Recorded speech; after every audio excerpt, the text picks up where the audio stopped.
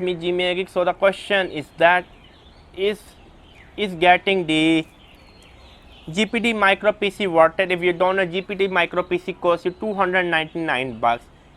For you and me, for majority of the people, 90% maybe we do not need. GPD Pocket makes sense. GPD Micro PC do not make any single bit sense. The number one thing is that it do not have a touch screen. The number two thing is that it is a very big PC, a 6-inch PC which cannot easily fit in your pocket. You can fit a 7-inch GPD Pocket in your pocket easily, but you can't fit this one.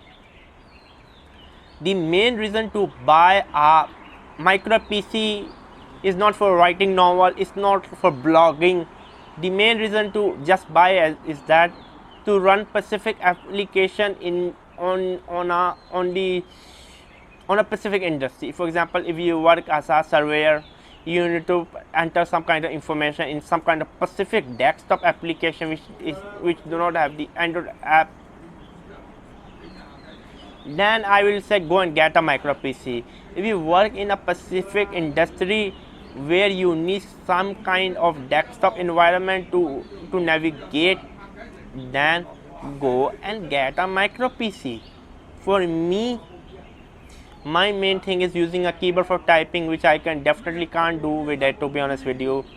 I can't do finger typing, I need to do thumb typing.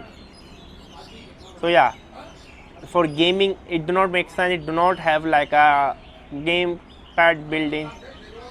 So yeah, I love micro PC, I love my $299 is awesome, but the downside is 4 GB of RAM is slow. For the environment is targeting is the 4 GB, which is really low, to be honest with you. It was me, Geek. Subscribe and bye.